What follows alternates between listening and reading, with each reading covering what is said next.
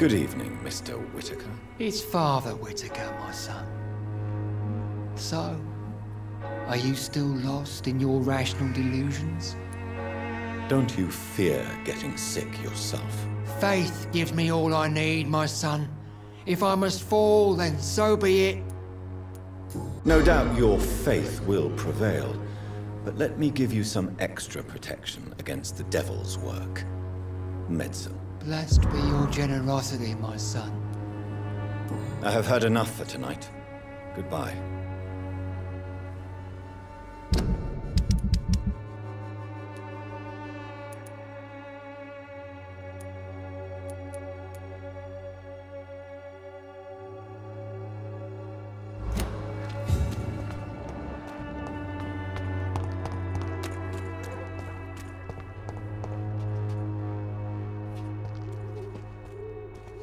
You again? What do you want this time? Can I offer you my medical expertise, Mr. Peterson? Keep your medicines for others. There is a thin line between pride and stupidity, sir. Please take this medication. You'll feel better. All right. I'll take it then. It's not like I don't appreciate the gesture. Goodbye, Mr. Peterson.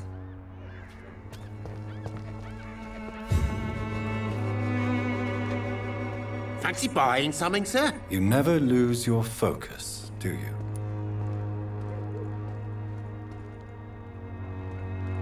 Do you need help, sir? To be honest, I'd prefer you take a look at my stuff. I'd rather be rich and sick than the contrary. I don't quite agree, but I won't argue with you. Please, take this. You'll feel better. Really? Free? Don't take it personally, but charity usually comes at a price. Human nature being what it is. Goodbye for now, Mr. Lewis. I know it's hard to believe, but this district has always been...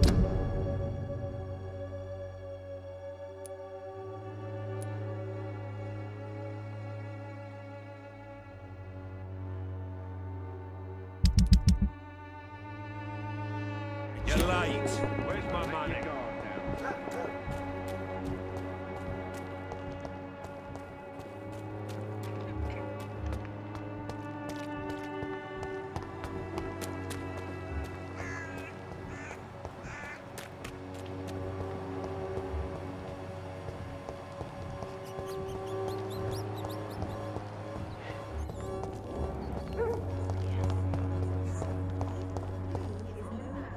Good evening, Zhao Shun. Wang Shanghao, Dr. Reid. It's good to see you again.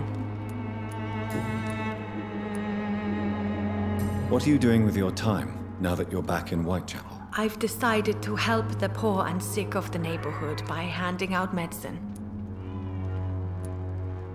That's very charitable of you. But why do it at night? I've noticed that the most desperate people tend to go out after dark. Hence my presence, to help them when I can. Giving out medicine? How can you afford to do that? I am a rich widow, Dr. Reid. My departed husband left me enough money to last the rest of my life. I can spend some on those who don't have any.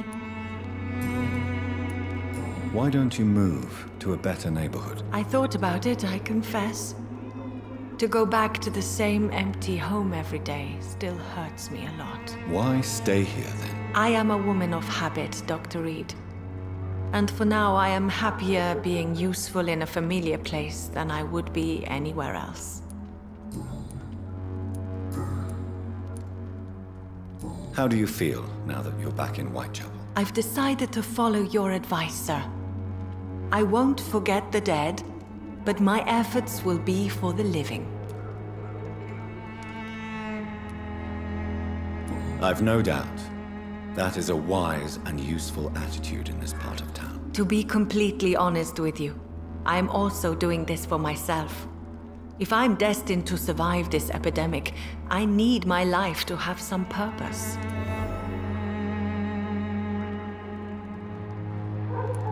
Do you still think about your departed husband? Of course I do. I'll never forget my beloved Matthew, but how do I put it? Now I miss him more than I want him back. I know what you mean. And I think it means you're getting better. Maybe death will take me the way it took Matthew.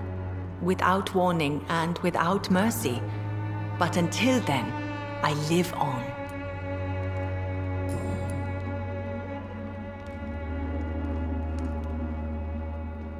How do you feel? Physically speaking, I mean. I don't feel good, Dr. Reid. Not at all. You should recover quickly after taking this. Thank you, Doctor. Goodbye for now. Effectiveness has been proven by many. Even the flu... Good evening, my dear colleague. You look ill, Miss Swanborough. I wonder if your concoction will do the trick. I have no doubt it will. But I'm not against a second opinion, Dr. Reid. Well, there you have it. Take this remedy, but be discreet. It may damage your business otherwise. Thank you. Goodbye, Miss Swanborough. Perhaps we'll talk again.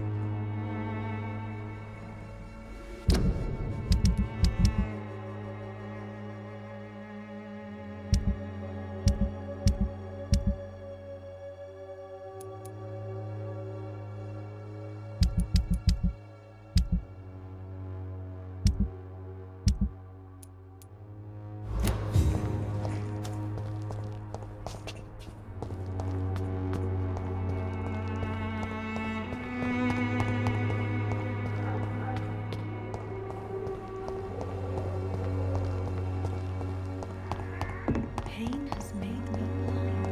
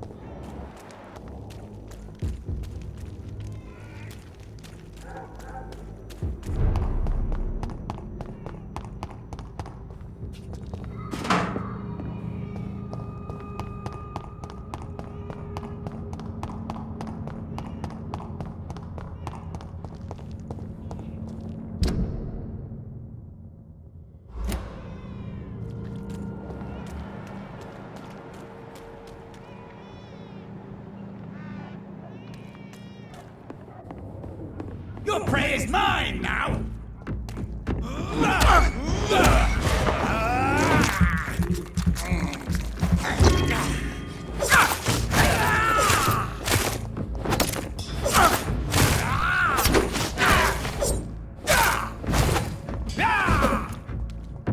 You're feeble!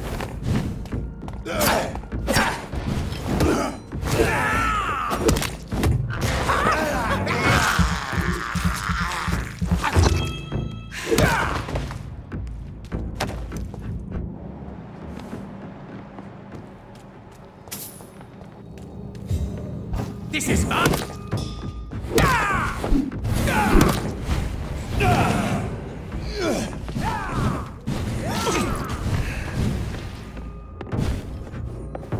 You're mine!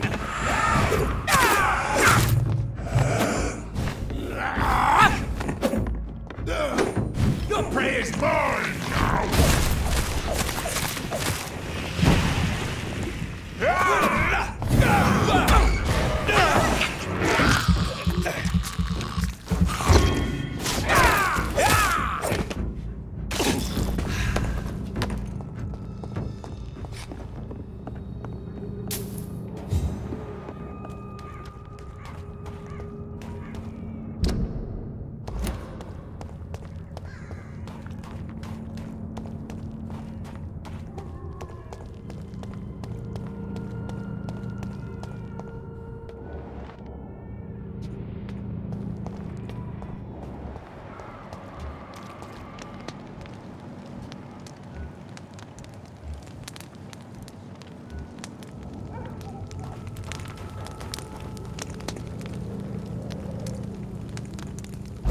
Sentinel!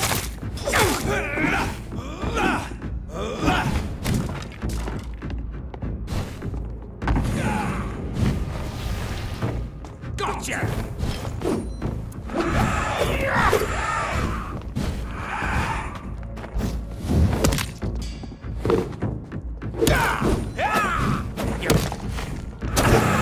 You cannot win this!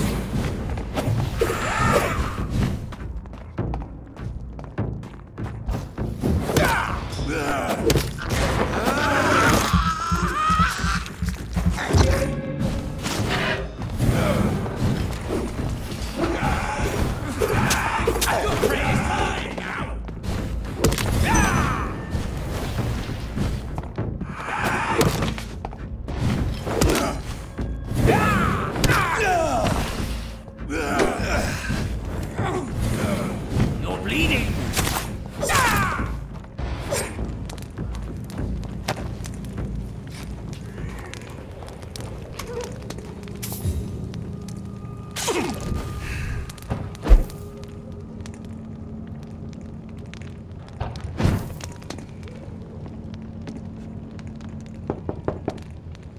Good evening, sir.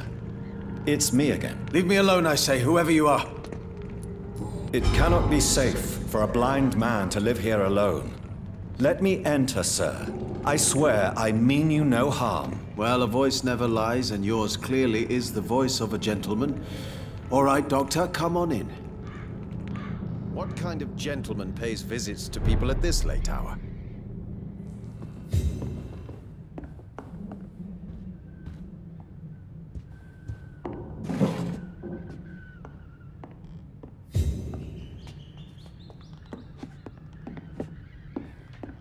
Tell me, how do you see the world these days? It's locked, all right.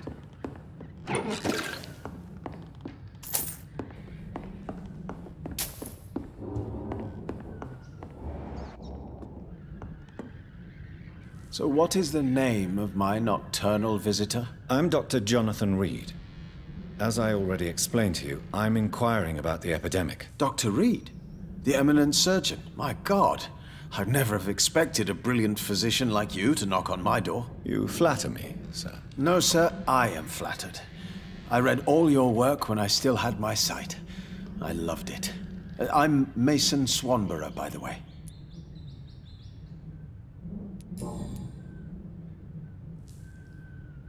And what else have you learned about me, Mr. Swanborough? I know you assisted Professor Carell in France, and that you invented a new blood transfusion method based on his work. Yes. Those were frustrating but exciting days. I loved it. Yes, the thrill of research and discovery. This is what drives people like us, Dr. Reid. Oh, how I envy you. Does someone take care of you in this isolated place? My sister Loretta and I have our daily routine. Every morning and evening she comes by so we can talk and eat. Then she leaves and I stay.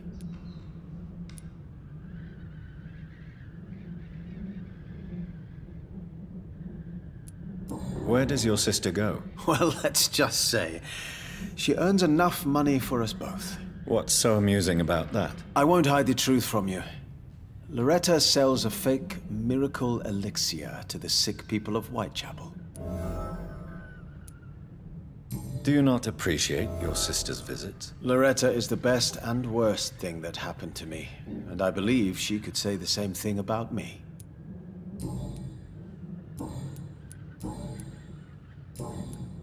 You seem unwell, sir. Do you need my assistance? Actually, I feel worse than usual. Can you give me something? Yes. I can give you a little something that has been proven effective. Thank you, Doctor.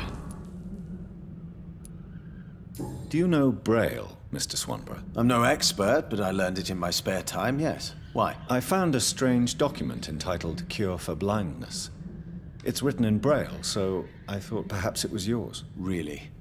Is that some kind of sick joke? Let me see. Here it is. This letter seems authentic.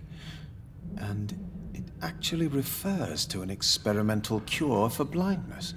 You have piqued my interest, Dr. Reid. Could it be of any use to you? No. This page is just a part of a larger diary. I'd be glad if you could find the other pages.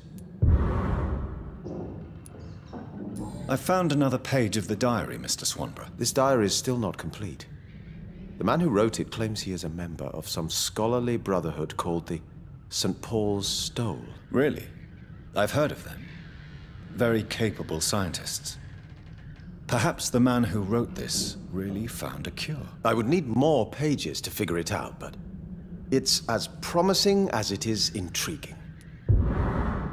Goodbye, Mr. Swanborough. I'll leave you now. Tell me, how do you see the world these days?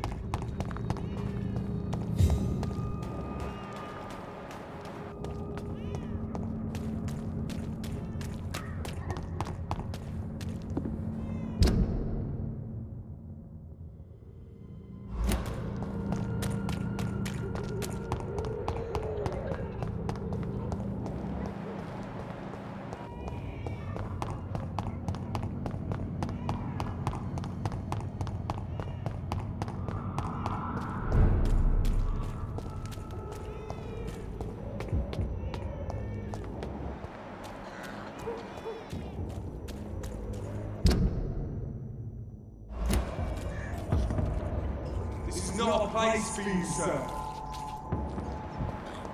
Sir, step away!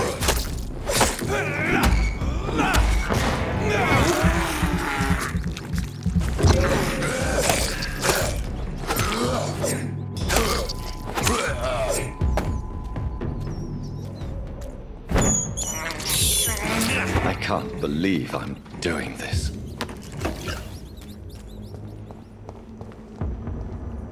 Over there! There's one of